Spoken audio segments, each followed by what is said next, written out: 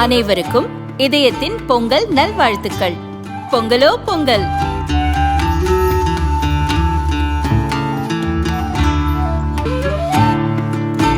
அனைவருக்கும் இதயம் மந்த்ராவின் பொங்கல் தின நல்வாழ்த்துக்கள். பொங்கலோ பொங்கல். ரொம்ப டயர்டா இருக்கு. இயற்கையான டேட்ஸ், பாதாம், பிஸ்தா, கேஷு அண்ட் ஹனி கொண்டு தயாரிக்கப்பட்ட லயன் டேட் நட் பைட்ஸ்.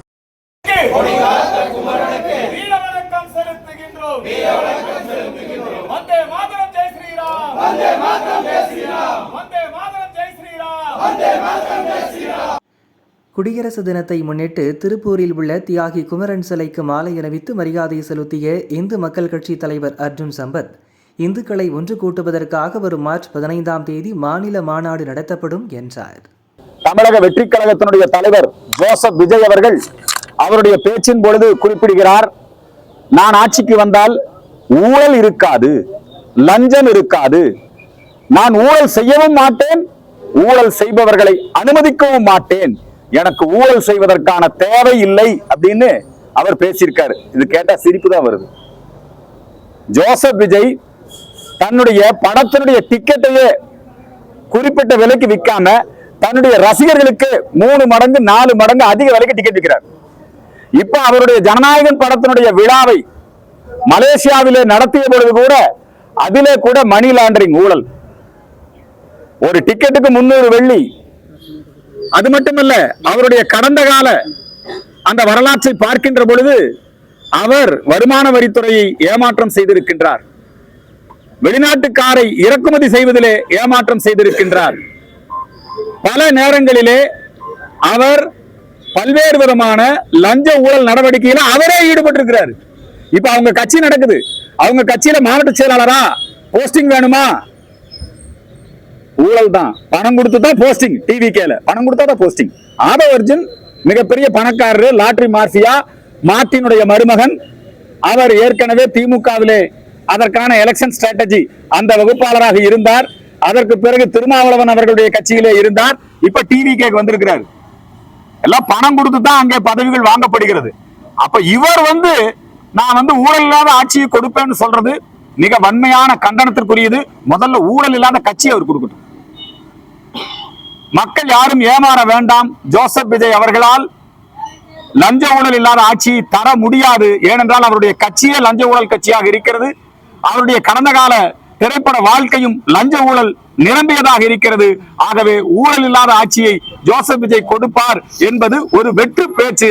அதை வன்மையாக இந்து மக்கள் கட்சி சார்பிலே கண்டிக்கின்றோம். மு.க. ஸ்டாலின் அவர்கள் திராவிட மாடல் அரசாங்கத்தின் மூலமாக நாங்கள் எல்லா சாதனைகளையும் செய்து விட்டோம், திருப்தியாக இருக்கின்றோம், வாக்குறுதிகளை நிறைவேற்றி விட்டோம், நம்பர் 1 மாநிலமாக தமிழ்நாடு மாறிவிட்டது.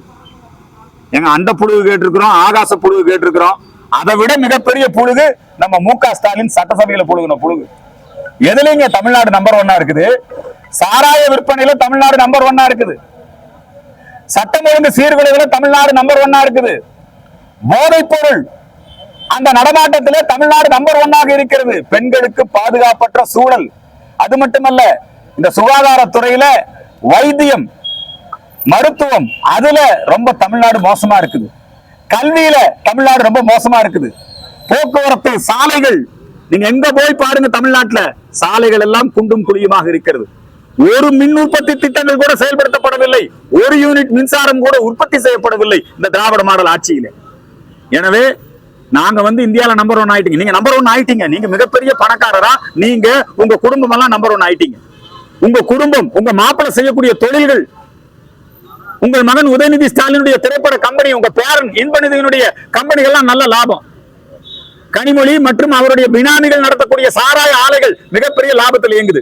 ரொம்ப திருப்தி ஆயிட்டாராம், நிம்மதியா தூங்குறாராம். உண்மையிலே நீங்க நிம்மதியா தூங்குங்க. நிச்சயமாக வரக்கூடிய தேர்தல்ல இந்த மக்கள் உங்களுக்கு நிரந்தரமாக நீங்க வீட்டிலேயே இருந்தபடி நீங்கள் தூங்கக்கூடிய அந்த ஏற்பாட்டை இந்த மக்கள் செய்வார்கள். வரக்கூடிய மார்ச் 15ஆம் தேதி இந்து மக்கள் கட்சியினுடைய மாநில மாநாடு, பேரணி, பொதுக்கூட்டம், இந்து மக்கள் கட்சியினுடைய தேர்தல் நிலைப்பாடுகளை குறித்து ஆலோசிப்பதற்காக மிகப்பெரிய மாநாடு, இந்து வாக்காளர்களை ஒன்று கூட்டுவதற்கான ஒரு மிகப்பெரிய மாநாடு, இந்துக்களுக்கு இந்த தமிழகத்திலே இழைக்கப்படக்கூடிய அநீதிகளை எதிர்த்து, இந்துக்களுடைய கோரிக்கைகளை வலியுறுத்தக்கூடிய மாநாடு மார்ச் 15ஆம் தேதி சென்னை YMCA மைதானத்திலே நடைபெற இருக்கிறது. அந்த மாநாட்டிலே அனைவரும் வந்து பங்கேற்றுக் கொள்ள வேண்டும்.